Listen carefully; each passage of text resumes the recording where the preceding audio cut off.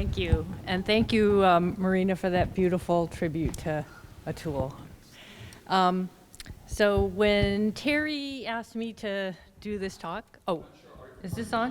Oh, yeah, okay. When TERI asked me to do this talk, are you here, TERI? Hi, TERI, thanks.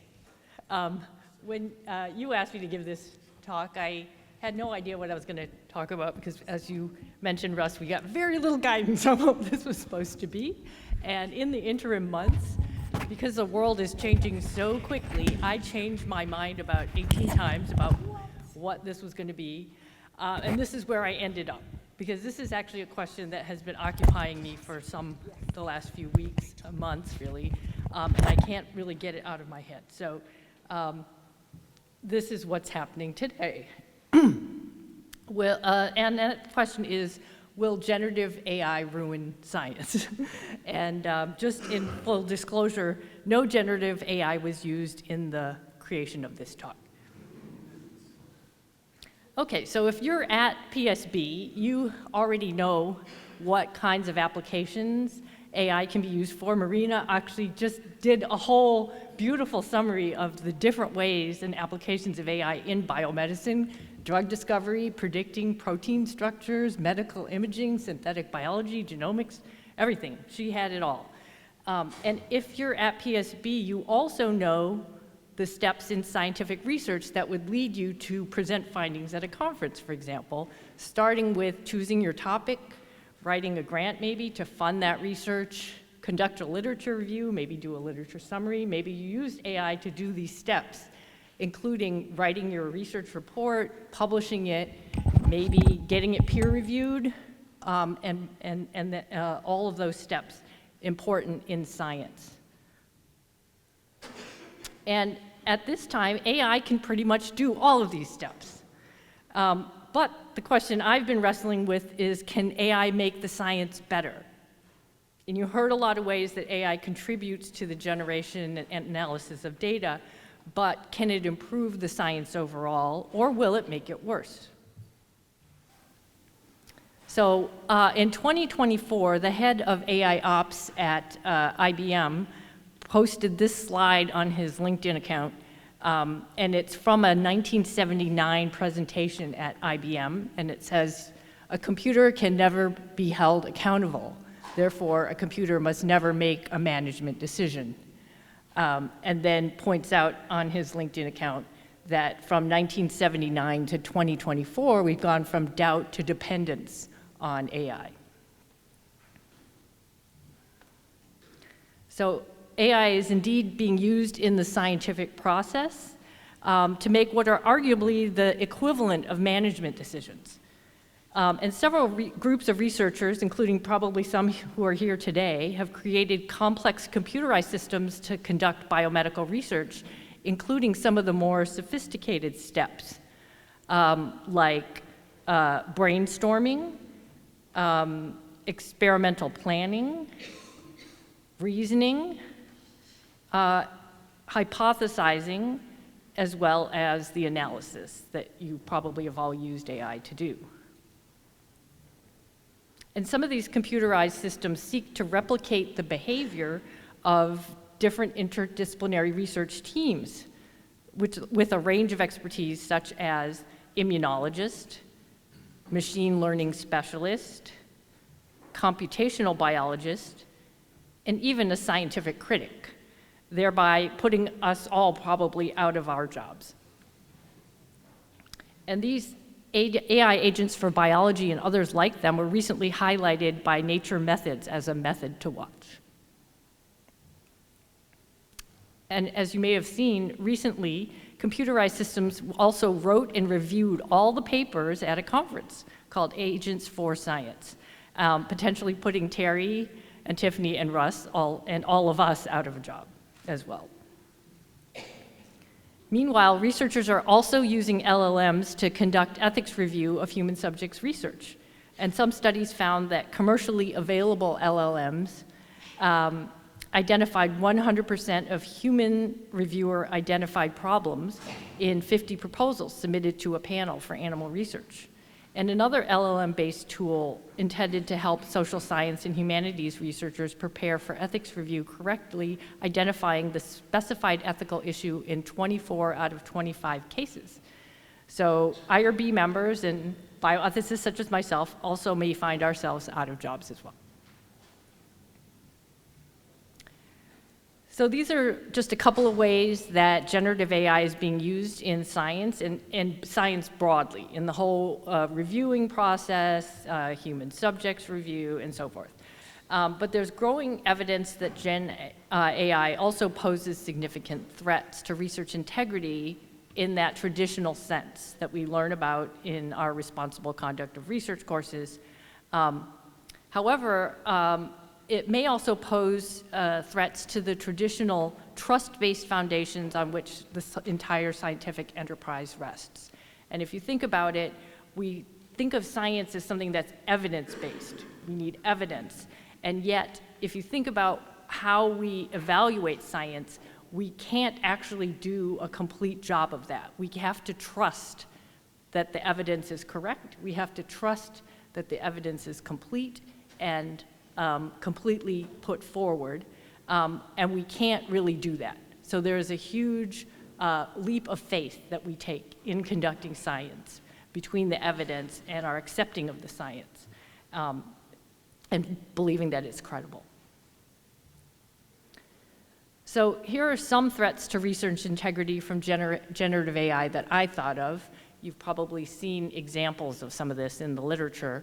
Everything from plagiarism, falsification and fabrication of data, enabling threats to biosecurity, stealing intellectual property, accessing sensitive data, and also biased data, among others. So in addition to the threats of the outputs of scientific processes, I would argue that generative AI also poses threats to science by altering our beliefs and behaviors, the beliefs of scientists, and that these threats are more insidious and potentially more dangerous in the long term because we may not be aware of them and how our beliefs and behaviors are changing because of using AI. So as early as 2018, these authors identified and recognized that AI-generated text had been detected in hundreds of articles in the scientific literature. And these suspicious phrases shown here occurred in some of these articles, flagging them as potentially AI-generated text. So, for example, the phrase blunderworth instead of error value, tainted people instead of infected individuals, or top-notch picture instead of high-resolution images. So that was kind of a dead giveaway. But with the rapid development of generative AI tools, the predictive ability of language models is now so good, it's really good at recreating styles of communication that look authentic, such as creating text in the tone of a news article or a scientific article, or even mimicking the writing styles of specific individuals, or even the conversational style of a podcast. And this study over here found that an AI language model can create a highly convincing yet fraudulent article in less than an hour with no special training of the user of the generative AI tool. And these authors therefore warned back in 2023 that a Pandora's box had been opened. And here's Pandora opening the box saying, I hope it's not too late to return this. So that was just one of many studies that highlights a vast industrial-grade infrastructure to create a parallel universe of science and knowledge generation. But the problem is not just that it's a parallel universe, but that that fake universe lives entirely within the real universe, and it's impossible to detect the differences between the two. So completely real-looking but fabricated scientific articles are nonetheless resulting in distortion of the evidence base. And this is of particular concern, as these authors found, for particular fields, including the, studies on the environment, studies on health, and studies on computing. And these are politically contested areas of science. And in the study, the authors were flagging text as clearly produced by generative AI because they contained specific phrases such as of my last knowledge update, or I don't have access to real-time data. But how big is this problem of AI-generated literature? So this past summer, some researchers analyzed all 15 million biomedical abstracts indexed by PubMed, which is something that AI can do. And they looked at the changes in the frequency of use of over 26,000 words in those abstracts. And so for some words, their frequency increased dramatically in 2023 and 2024. And you probably can't see these very well, but you can see that these lines which indicate frequencies of specific words, such as delves, critical, or potential, go up very sharply by orders of magnitude in 2022. Some go up and then go back down again, such as pandemic or Ebola, COVID, and lockdown, or other words like that. And so they calculated ratios of words occurrence between 2024 and 2022 to generate these plots, and identified outliers that were far above sort of the average here. And there are certain words in here like ChatGPT, underscores, showcasing, that ended up above the line. And so they used those as a proxy for marking abstracts that contain text that was likely AI generated.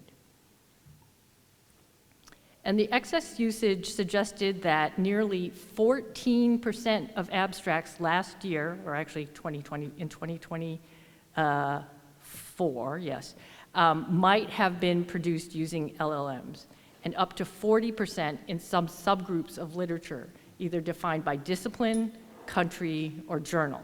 So for some fields, countries, and journals, the percent was as high as more than 20 or 25%. Those are the ones up at the top, including computation, environment, and healthcare. And this is 25% right there. And in some journals, the percentage was also much higher, as well as in some countries. You can see that in prominent journals like Nature, Science, and Cell, they're still high, they're much lower than some other journals, but still up between 7 and 10% in the last year. So these articles are ones that have presumably gone through the peer review process and gotten through. It's not clear what proportion of the authors that did use generative AI disclosed that. Nevertheless, the magnitude of this likely AI use already has the potential to affect the knowledge base of biomedical research significantly. AI has also been used to generate fake publications, but under real names, which is problematic for many reasons, only one of which is the false attribution of authorship and the threat to that person's reputation, in addition to the presumed falsification of data, et cetera, et cetera. And so you can see here in this article over here, this person, unfortunate person, Diomedes Spinellis, said that in December 2023, an article titled Global Business Strategies in the Digital Age was published under my name and my primary affiliation in the Global International Journal of Innovative Research, complete with a valid DOI. And I became aware of the article when a colleague pointed it out to me, as it was neither created nor submitted by me. This journal, the Global International Journal of Innovative Research, is on the Beall's list of potential predatory journals and publishers. I don't know how many of you use this Beall's list to screen journals that you're reading, but these predatory journals exploit the open access model of publishing, which is becoming more frequent now, in which the author pays. So not all open access journals are on the Beall's list or considered predatory, but these journals exploit the author pay model, because unlike journals that use the reader pay model, the old-fashioned way where you pay a subscription fee to get the journal and that's how the publisher makes money, There's little incentive for quality control or trustworthiness in the author pay model, because if you have money, you can author an article. You just pay the journal. And so now that AI can either help you author those or completely author those articles, it provides the jet fuel to power this model of publishing. And this, I would say, is Pandora's box in the perfect storm. Fueling this storm even more are incentives provided by our academic institutions that reward high numbers of publications and citation indices, such as the H-index. And now there are entire AI-based businesses ready to help scientists hit their marks. So for example, Larry the cat, who is shown here, had a Google Scholar profile under the name Larry Richardson with 132 citations. Here's his Google Scholar profile. You probably can't see it, but it says 132 citations and an H-index of 11, although his human Reese Richardson, pictured here, noted that he only has 9 lives yet. His H-index is 11.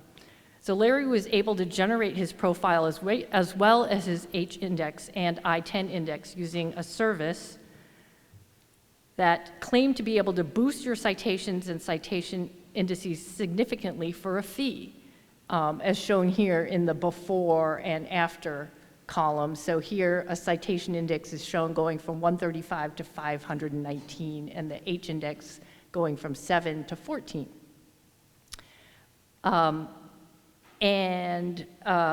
His human also noted that the faked citations were auto-generated and uploaded to ResearchGate with no journal required. Larry's Google Scholar page has since been taken down. Fortunately, Larry didn't care about his H-index, and he's seen here getting rewarded in other ways with this treat right here. However, these so-called services still exist, and this is a web page that I pulled down a couple of weeks ago, and are easily accessible. So just to be clear, so I'm clear here, I'm not saying to use these services, I'm saying don't use these services, okay? Don't get me in trouble. So it's not just the integrity of the written word that is threatened by AI, it can be used to create convincing yet fake data sets. And that's in fact what these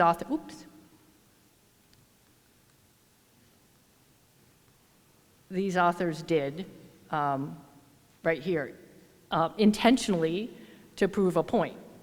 So in 2023, GPT-4 was given advanced data analysis, or ADA, capabilities to support file uploads and downloads, statistical analysis, and data visualization, which are very useful research tools, but the authors of this article used GPT-4 ADA to intentionally create a fake data set for scientific research, and then instructed the model to fabricate data that would result in a statistically significant difference between preoperative and postoperative values of interest, and GPT-4 ADA obliged.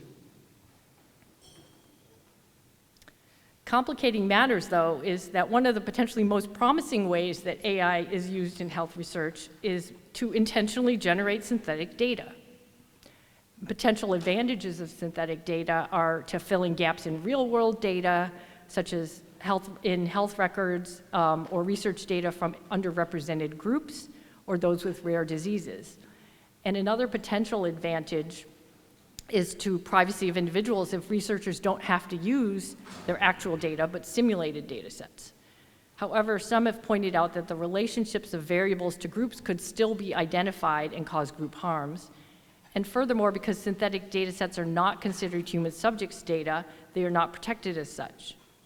And some have found that synthetic health data are not actually as representative of real data in impactful ways, potentially misrepresenting proportions of individuals in subgroups by gender, race, ethnicity, or age, and that synthetic data created using generative adversarial networks cannot simultaneously maintain model utility, privacy, and fairness, so that scientists will have to make trade-offs in research design that have not only technical but ethical implications.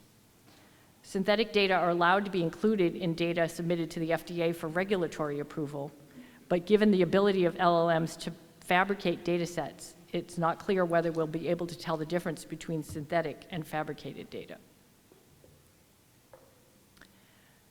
So a popular use of LLMs, which I've used myself as well, is to summarize research. And these researchers here compared human-authored summaries to those created by LLMs, examining the extent to which the LLM-generated summaries contained overgeneralizations compared to the original text. Overall, they found that the LLM-generated summaries were nearly 5 times more likely to contain broad generalizations than human-generated summaries. And here's an example of some original text over here. This says, we found that transcatheter arterialization of the deep veins was safe and could be performed successfully in patients with chronic limb-threatening ischemia and no conventional surgical or endovascular revascularization treatment options.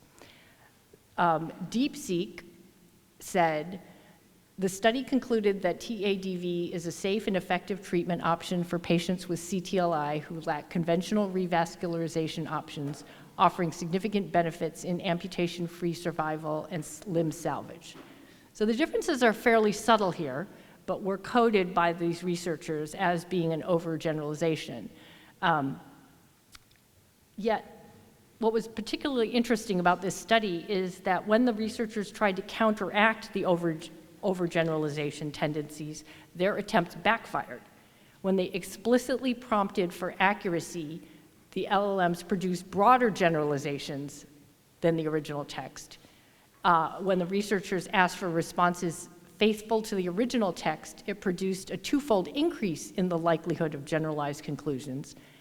And they also found that the newer models performed worse than the older models. So in response, they made a couple of recommendations, including using the older models, and also that you should use things like shadow prompting, which requires some coding skills, and to benchmark LLMs using their 3-step framework. And I won't show you what that is, but just to say that the point here is that if you followed their recommendations, it would arguably take you longer than to just do the summaries yourself, and it would probably be more accurate. So we've all heard of reports of LLMs recreating societal biases, such as racial or gender stereotypes in health characteristics, such as sensitivity to pain, just for example. However, people who use AI in research should be aware of the many other ways that it could be biased, for example, against authors.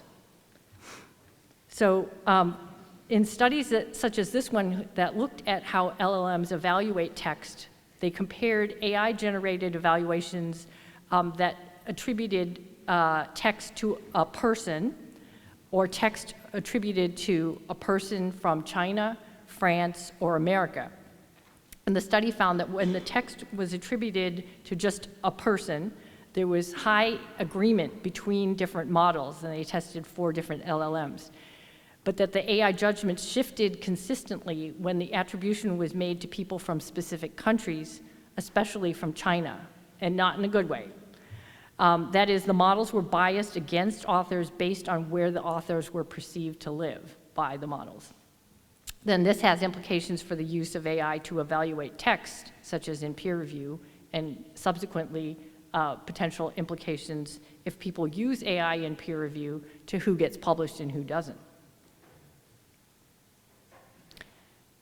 LLMs are particularly problematic for use in research because they give the appearance of performing actions that humans do and performing them even better than humans.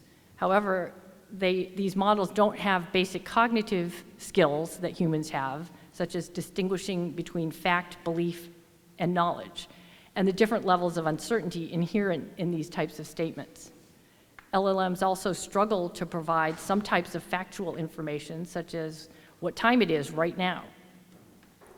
So as you might imagine, these limitations are very important to understand if you're using language models in your research, but it's even more important to understand how you might have been lulled into attributing human skills to computers. We know from studies like this by Tina Hernandez-Broussard, who, for all I know, is here right now. Are you here, Tina? Anyhow, that the output of LLMs, when they're applied in clinical practice, the models deliver incorrect information with high certainty, using a confident and persuasive tone, but perhaps more importantly, the models fail to follow simple instructions. In this article, the authors found that even advanced LLMs such as GPT-5 that outperform previous models on many benchmarks still demonstrate an illusion of instructional hierarchy. So for example, the model could override instructions such as always direct emergent chest pain queries to call emergency services, with potentially dire consequences. However, the risk is not only in the outcomes, but in the illusion that it creates for we as users who are lulled into believing that it has human or even superhuman powers. If we return to our Agents for Science example, it raises some other issues about how agentic systems can affect not only the outcome of human activities, such as scientific conferences, but critical processes in science, such as training. So on the one hand, if models are sycophantic, they could be unwilling to actually criticize and lead to dissemination of poorer quality science as a result. Studies already suggest that LLMs are not as good as humans when it comes to assessing novelty and significance of research. However, perhaps more importantly, some researchers argue that using AI to review papers could mean that early career researchers miss out on learning crucial writing and analytic skills that are central to the process of science. So some have identified a different type of risk for using AI, which arises from the behavior of humans when they use it. And specifically, we attribute authority and trustworthiness to machines that is not deserved because we anthropomorphize them and believe they are superhuman.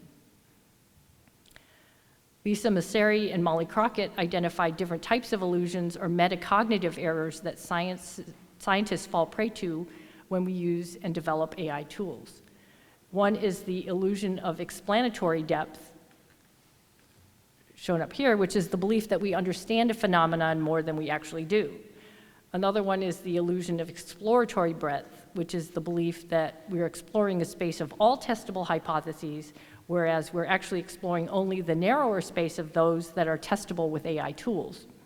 And lastly, they identified the illusion of objectivity, in which scientists believe that AI tools do not have a standpoint or able to represent all possible standpoints, whereas AI tools actually embed the standpoints of their training data and the developers.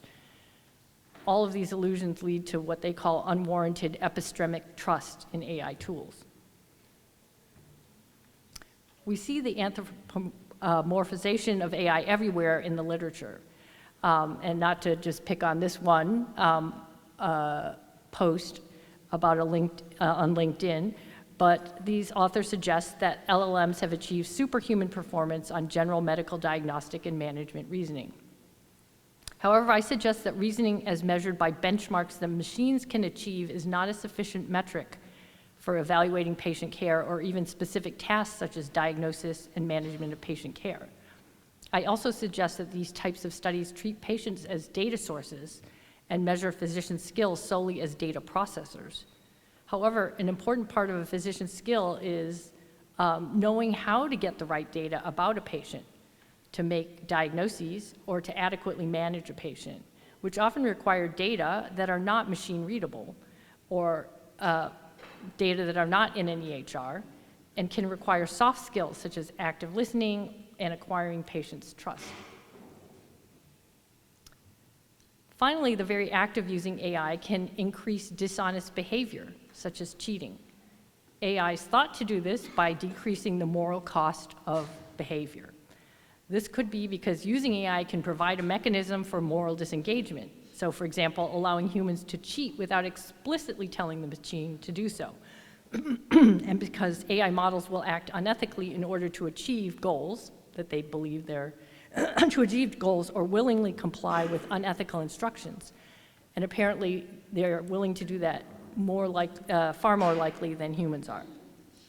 Interestingly, Others, such as McDonald and Pan, have seen that computer scientists and students created moral distance similarly, for example, deflecting blame for flaws in developers' programming as computer error, thus shifting responsibility to the machine.